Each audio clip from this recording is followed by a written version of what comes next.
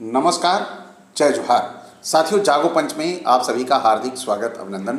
साथियों, लगातार मैं आपको गुलामगिरी पुस्तक की वो कहानी दे रहा हूँ जो आपकी आंखों से अंधविश्वास और जो जिसे बोलते हैं आस्था और पाखंड का पर्दा छाया हुआ है, वह स्वतः ही खत्म हो जाएगा। तो साथियों, कहानी में क्या ऐसा था, हमारे महात्मा ज्योतिराव फूले जी ने ऐसा क्या इस पुस्तक में लिख दिया जिससे हमको अंधविश्वास और पाखंड से मुक्ति मिल सकती है। तो साथियों, समय ना गंवाते हुए आइए चलते हैं पुस्तक की ओर। पुस्तक का जो आज हमारा ये है परिच्छेद 5, यानी एपिसोड तो इसके कई हो चुके हैं, लेकिन पुस्तक के हिसाब से ये परिच्छेद 5 मैं आपके सामने ला रहा हूं।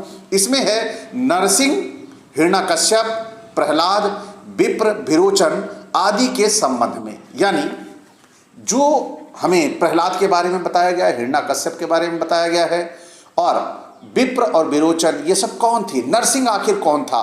नरसिंह यानी नर, शरीर से मानव की तरह और चेहरा जो है वो शेर की तरह, इसलिए उसे नरसिंह कहा गया। या हो सकता है ये नरसिंह नाम का कोई व्यक्ति ही रहा हो जो आपको दे दिया गया कि ये अवतार था।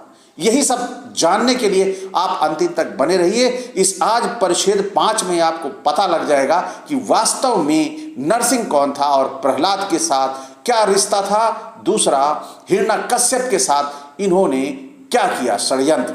तो साथियों, आइए चलते हैं। इसमें ढोंडीराव जी और ज्योतिराव जी आपस में बात कर रहे हैं और अपनी बातचीत के जरिए ही आप तक वो संदेश पहुंचा रहे हैं जिसे आपके लिए जानना बहुत जरूरी है। तो आइए चलते हैं। ढोंडीराव, वराह की मृत्यु के बाद द्विज लोगों का मुखिया कौन हुआ। ज्योतिराव जी कह रहे हैं नरसिंह। ढोंडीराव, नरसिंह स्वभाव से कैसा था। ज्योतिराव, नरसिंह स्वभाव से लालची, धोखेबाज, विश्वासघाती, विनाशकारी, क्रूर और भ्रष्ट था।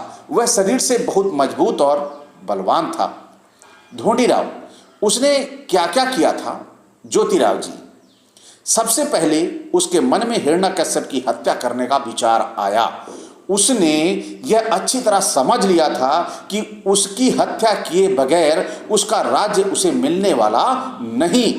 अपना दुष्ट उद्देश्य सफल करने के लिए उसने गुप्त हरकतें करनी शुरू कर दी। उसने अपने एक दिन द्विज शिक्षक के माध्यम से हिरण्यकश्यप के बेटे प्रहलाद के अबोध मन पर अपने धर्म सिद्धांत थोपना प्रारंभ कर दिया, जिसकी वजह से प्रहलाद ने अपने हर हर नाम के कुल स्वामी की पूजा करना त्याग दिया। बाद में हिरण्यकश्यप ने प्रहलाद के भ्रष्ट हुए मन को पुनः अपने कुल स्वामी की पूजा करने के लिए अनुकूल करने की दृष्टि से हर प्रकार का प्रयत्न किया, लेकिन नरसिंह की ओर से प्रहलाद को भीतर से मदद मिलने के कारण हिरण्यकश्यप के से सारे प्रयास बेकार गए। अंत में नरसिंह ने उस अबोध बालक को अपने बहकावे में लाकर उसका मन इस कदर भ्रष्ट कर दिया कि उसने अपने पिता की हत्या करने की ठान ली। लेकिन इस तरह का अमानवीय कृत्य करने के लिए उस लड़के की हिम्मत ही नहीं हुई। इसलिए नरसिंह ने मौका देखकर ताजिया के बाग के बनावटी स्वांग की तरह अपने बदन को रंगवाया, मुंह में बड़े बड़े नकली दांत लगवाए और लंबे लंबे बालों की दाढ़ी मूछें लगवाई और वह एक तरह से नकली भयंकर सिंह बन गया।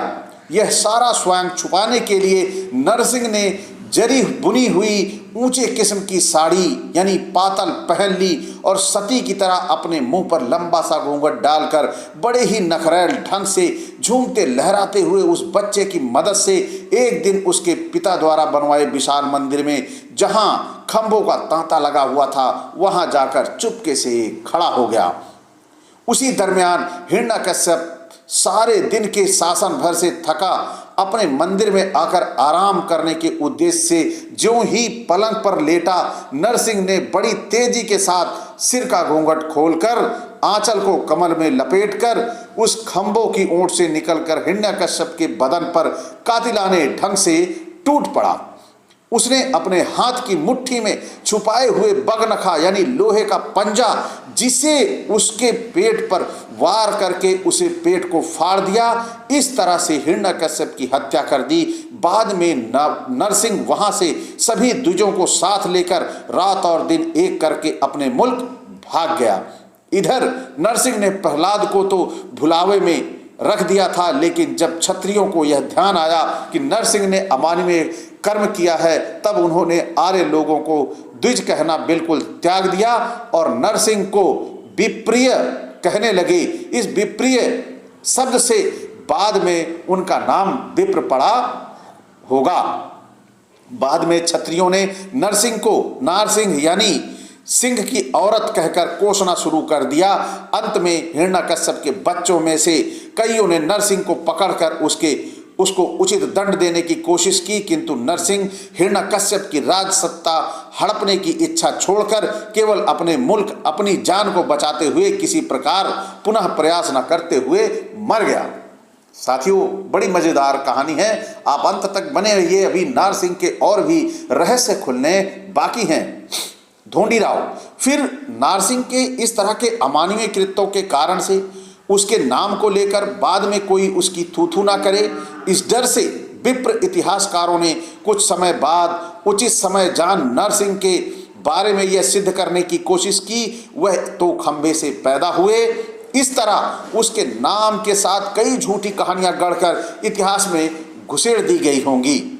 ज्योतिराव जी कह रहे हैं, हाँ, इसमें कोई संदेह नहीं, क्योंकि यदि वह खंबे से पैदा हुआ माना जाए, तब उसकी गर्भ की नाल दूसरे किसी व्यक्ति ने काटी होगी और उसके मुंह में दूध का स्तन दिए बगैर वह कैसे जिया होगा।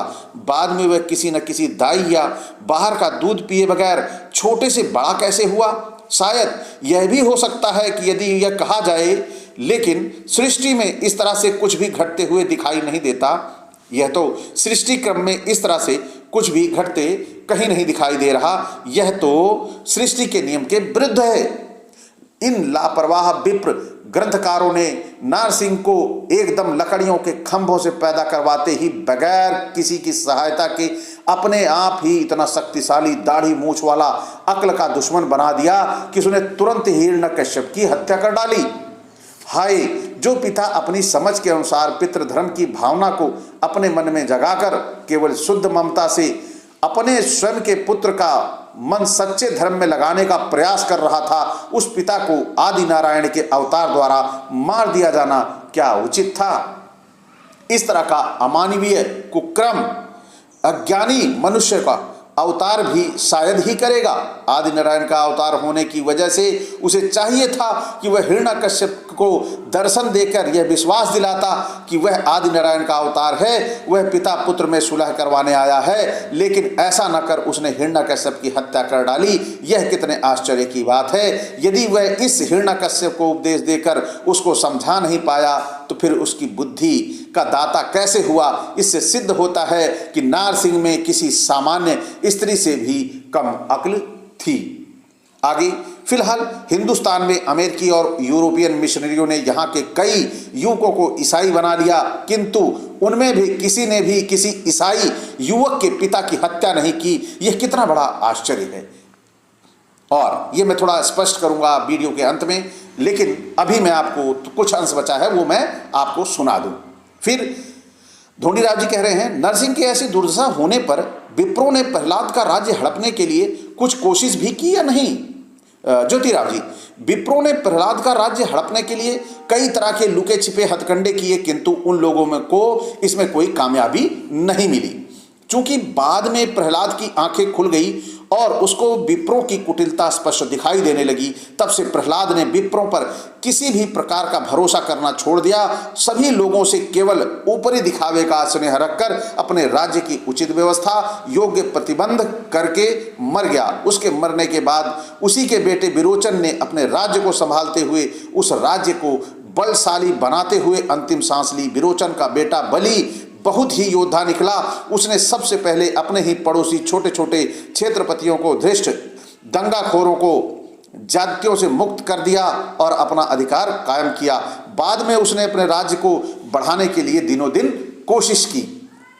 उस समय विप्रों का मुखिया वामन था, यानी बटू, जिसको वह सहन नहीं हो सका, इसलिए उसने बलि का राज्य लड़ झगड़ कर लेने के उद्देश्य से गुप्त रूप से बड़ी फौज तैयार की और अचानक बलि के राज्य की सीमा पर आ पहुंचा।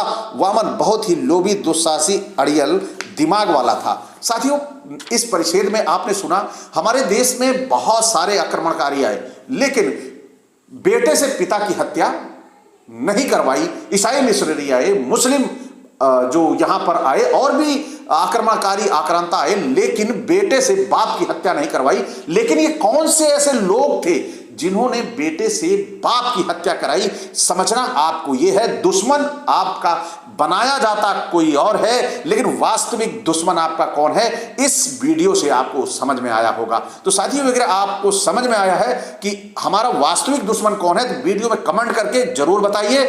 और साथ ही साथ इस वीडियो को यदि आपको अच्छा लगा है तो लाइक करिए। साथ ही जो नए साथी देख रहे हैं, चैनल को सब्सक्राइब कर लें, साथ ही बेल आइकन की घंटी दबा लें, जिससे हमारे वीडियो का नोटिफिकेशन आप तक त्वरित गति से पहुंच जाए। और साथियों, इसे ज्यादा से ज्यादा शेयर करें, जिससे हमारे समाज के वास्तविक दुश्मन का पता लग सके। तो इसी के साथ मैं आपसे विदा चाहूंगा। नमस्कार, जय जोहार।